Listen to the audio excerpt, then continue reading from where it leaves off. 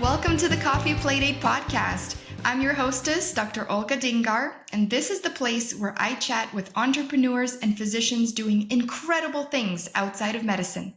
I have a very special guest with us today, Dr. Stacey Ishman. Welcome. Thanks for having me. Always like to ask my guests what kind of coffee they drink, but I know you're not a coffee drinker.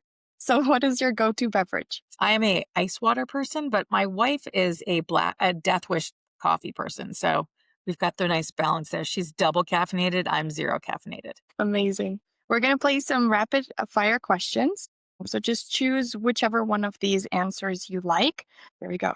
Working with medical students or mentoring new attendings? Ooh, mentoring new attendings. Surgery day or clinic day? Surgery. Sinus surgery or ear surgery? Ooh, sinus. And last one is email inbox 0 or patient satisfaction 100%.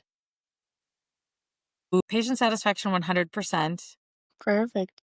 For the next game, we're going to bring out our coffee cups or cup of water. Water bottle.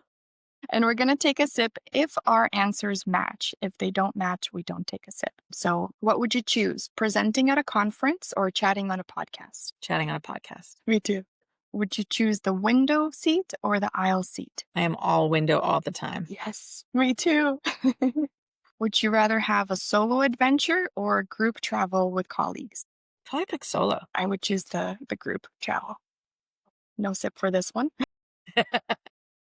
And last one is street food with locals or fine dining with hospital executives? Street food. Yes, street food. Me too. Perfect. Now we're all well hydrated. I know a little bit about you, but I want you to share with our audience. Tell us a little bit about yourself. Sure. I am an ENT surgeon. I'm also a sleep medicine physician. And the founder and the CEO of Medical Mentor Coaching. So I do academic career coaching, and it's mostly with early career physicians, but I do still love working with medical students. I also am a real estate capital raiser, and then I have a day job where I'm the chief medical officer of a not-for-profit Medicaid insurance company. I also have 5 kids. Our kids are between 14 and 20 years of age. And I live in Cincinnati, Ohio. Perfect. Oh my goodness. You have so many things. How are you juggling it all? Some days great, some days poorly. Yesterday, I was really good at being a mom. I watched 6 hours of anime with my 16-year-old, intermittently with, a little bit of real estate stuff and a little bit of coaching stuff. And my kids, they recognize that I'm on coaching calls all the time and work calls.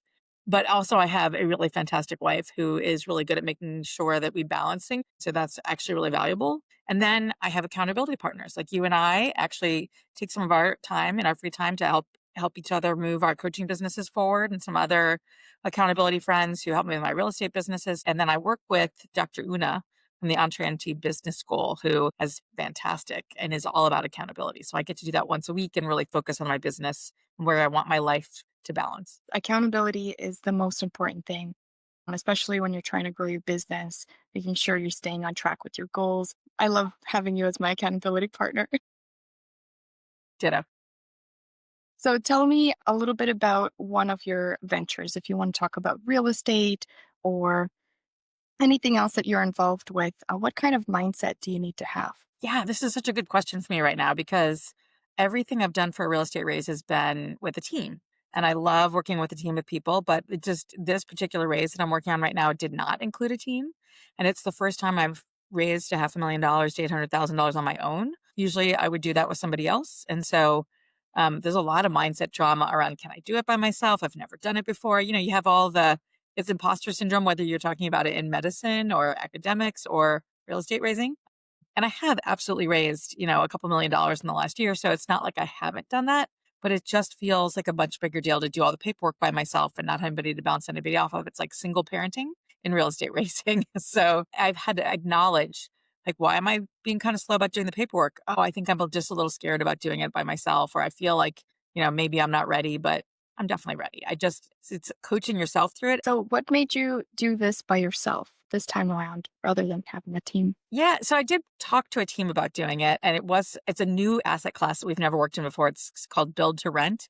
So they actually build them for rental, and it ends up being like a village of 200 cottages. And it was just It was new to everybody. And so people didn't have the comfort level and they were like, let's just see how this developer does. But there was an opportunity to raise for something that's 30 minutes from my house. I can literally look at it and see it. It's a $60 million raise and I'm only raising half a million because I already have raised the rest of it. Like there's lots of reasons why I felt comfortable, but also good reasons why other people were like, hey, this is new to us. We're not quite ready to make that jump. And I was ready to make it. So I said, I'll give it a shot by myself. You were very brave, but I love that about you. And is there another challenge that you've faced? And was there something that you have to overcome during this journey? I mean, some of it's balance, right? I think we all probably try and manage this all the time, but trying to figure out how to carve the right amount of time out for it and to give it its proper due, but not take too much time doing it. Cause I'm also growing a coaching business. I'm also trying to make sure I make it to state band competition. And I had to have a real conversation where my wife was like, look, there's a lot of stuff I don't really care if you make it to this practice, but I care if you made it to this performance or this senior night or those things. And so those were really valuable boundary conversations, giving ourselves the right boundaries, where she was like, these are mine. And I had to say, well, I totally agree with some of these and some of them I have different boundaries on some of those. You know what I mean? Like all of us see our own perspective and having to sit there and look at somebody else's perspective so that you can come to some nice middle ground took some effort. What is one boundary that you had to kind of put up? So one of the things I looked at was I have a real focus on building my coaching business and I also love real estate. And so I realized when I did a time audit of my calendar, I was spending 80% of the time on the real estate and 20% on the coaching. And so I actually offloaded some things and I said, okay, I'm going to get a property manager, which I have 12 of my own units in Cincinnati. I was managing them all myself. And I said, I can't do all this anymore. So I got a property manager to take care of 8 of those. But I also have an organizer coming over today to clean my garage because I just didn't have the time to do it. It didn't seem the right way to use my time in the quest to clean something that nobody but me cared about. And so I just had my own boundary to say, like, stop worrying about the crumbs, focus on your family, pay attention, be present, and then like get somebody else to help clean something. We definitely want to make sure we're investing our time in the right places, and Yeah. delegating is a perfect way of doing that. We also have a housekeeper who cleans everything for us because we have to make sure everything looks really neat. It's like that OCD within us. Yeah. It's so crazy, right? Like the other thing is there's that mental clutter. So if you're trying to get a lot done and just looking around the room throws you off, there is something to be said for like getting rid of that mental clutter. What advice would you give to someone who's also stepping into, let's say, the real estate realm, or becoming an entrepreneur or starting their own coaching business? Yeah, I would say find your tribe. I mean, find the other people who you can ask questions of. I know you asked me a question the other day that I was like, I don't really have any experience in that.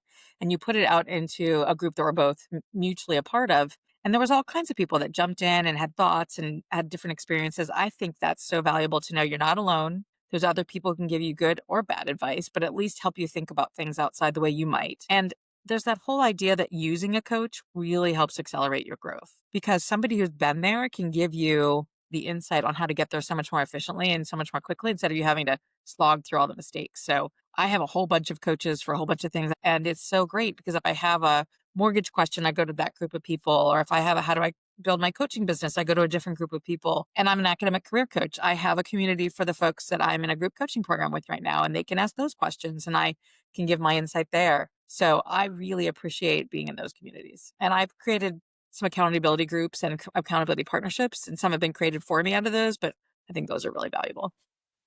Absolutely. I love having kind of your little niche of different people that you can go to for specific questions. That goes a long way. Because the advice you get, And I sometimes you don't even think about it.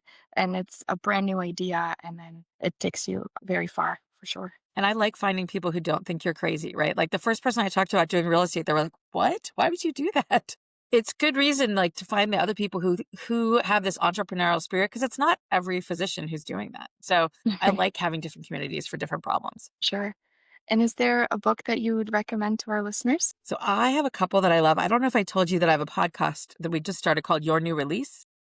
I've heard I'm doing it with Kirsten Baum-Diggity. And so we actually look at books every week. One of my favorites is Buy Back Your Time because I think it gives you really smart ways of thinking about when to delegate things and when to keep them on your plate. And the other thing I love, I think it was his book, but it might have been Amy Porterfield's, where they talked about how we start to scale and all of a sudden the thing that we give away is the thing that we are the best at and that we love doing. Like if you're a coach, you start thinking about how you could have substitute coaches. And I'm like, wait, that's the part I love doing.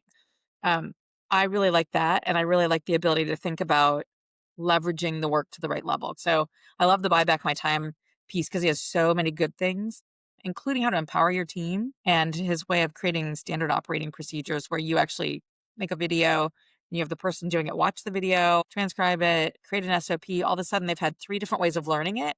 And I didn't have to do all that stuff. So many good hints from that book that I really like it. That's actually on my reading list. We're always learning, we're always growing, and that's what I love the most, for sure. Yeah, that's the beauty of being in careers like medicine is that you can't stop learning. Well, thank you so much, Stacey, for being with us here today. It was a pleasure having you.